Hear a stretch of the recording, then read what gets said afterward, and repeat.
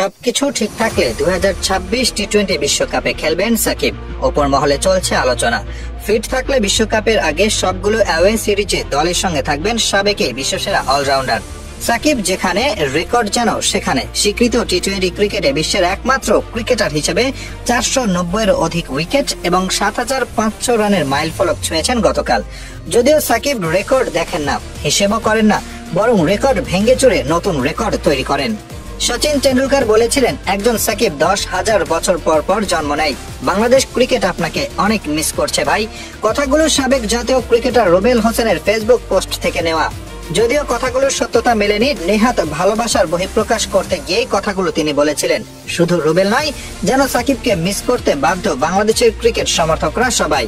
বুড়িয়ে যান তবুও ফুরিয়ে যান না বয়স কিংবা নিজের কাছে কখনো যিনি হার মানেন না। ঠিক যেই সময়টায় বাংলাদেশ দল পাচ্ছিল বিভৎস রকমের পরাজয়ের স্বাদ, তখনই সাকিব যেন ভক্তদের চোখে এনে দেন এক রাজ্যের প্রশান্তি।